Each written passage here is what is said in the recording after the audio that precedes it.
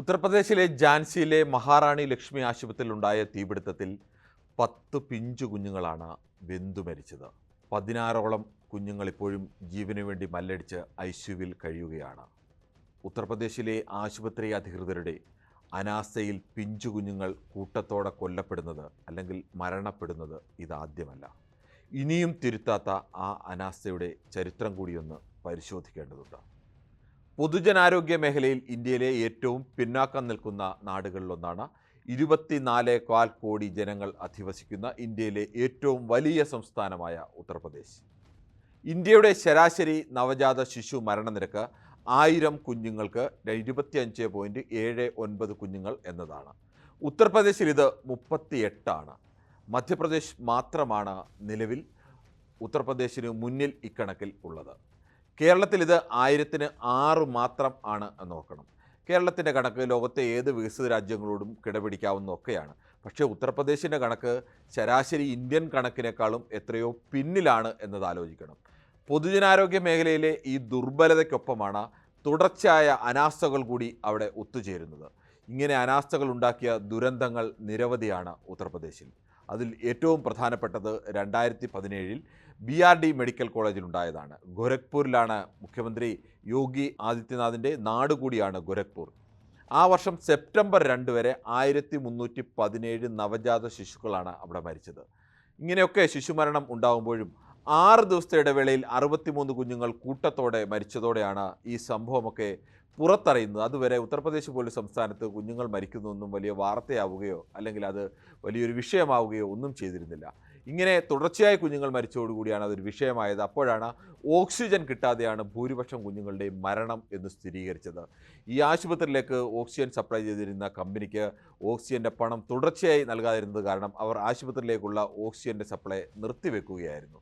Oxygen നിർത്തിവെച്ചതിനെ തുടർന്ന് നിരവധി തവണ ആരോഗ്യമന്ത്രിയെയും അന്നത്തെ മുഖ്യമന്ത്രി യോഗിയെയും എല്ലാം പലതവണ സമീപിച്ചെങ്കിലും ഇത് പുനഃസ്ഥാപിക്കാൻ വേണ്ടിയുള്ള ഒരു നടപടിയും ഉണ്ടായിട്ടില്ല. ഇതിനെ തുടർന്നാണ് അവിടെ കുഞ്ഞുങ്ങൾക്ക് ഓക്സിജൻ നൽകാനില്ലാതെ കുഞ്ഞുങ്ങൾ തുടർച്ചയായി മരിച്ചുകൊണ്ടേയിരുന്നത്. കൂട്ടത്തോടെ കുഞ്ഞുങ്ങൾ മരിച്ചപ്പോഴാണ് അതൊരു വിഷയമായതും അതിൽ അന്വേഷണമൊക്കെ വന്നതും. അതോടൊപ്പം തന്നെയാണ് ഈ സമാനമായ മറ്റു പല സംഭവങ്ങളും അതോടൊപ്പം പുറത്തു വന്നു. അതുവരെ ഉണ്ടായിരുന്നതും അതുവരെ പുറത്തു വരാതിരുന്നതുമായത്. 2017 ഫറൂഖാബാദ് ജില്ലാ ആശുപത്രിയിൽ സമാനമായ ശിശുമരണങ്ങൾ ഉണ്ടായി. ഒരു മാസം 49 നവജാത ശിശുക്കളാണ് അവിടെ മരിച്ചത്. ഈ ശിശുമരണത്തിൽ ഭൂരിപക്ഷവും ഓക്സിജൻ കിട്ടാത്തത് തന്നെയായിരുന്നു പ്രധാനപ്പെട്ട വിഷയമായി നിന്നത്. ഈ 2017 തന്നെ റാം മനോഹർ ലോഹ്യ ജില്ലാ ആശുപത്രിയിലും ഈ സമാനമായ സംഭവം ഉണ്ടായി. ഒരു മാസം 19 പിഞ്ചു കുഞ്ഞുങ്ങളാണ് മരിച്ചത്. അവിടെയും മരണത്തിൻ്റെ പ്രധാന വില്ലനായി നിന്നത് കുട്ടികൾക്ക് യഥാസമയം ഓക്സിജൻ നൽകാനുള്ള സൗകര്യം ആശുപത്രിയിൽ ഉണ്ടായിരുന്നില്ല എന്ന് തന്നെയാണ്. ലോകത്തിനു മുന്നിൽ ഇന്ത്യ തല കുനിച്ചു നിൽക്കേണ്ടി വന്ന നാണക്കേടായിരുന്നു ഈ ഗോരഖ്പൂരിലെ കുഞ്ഞുങ്ങളുടെ കൂട്ടമരണം.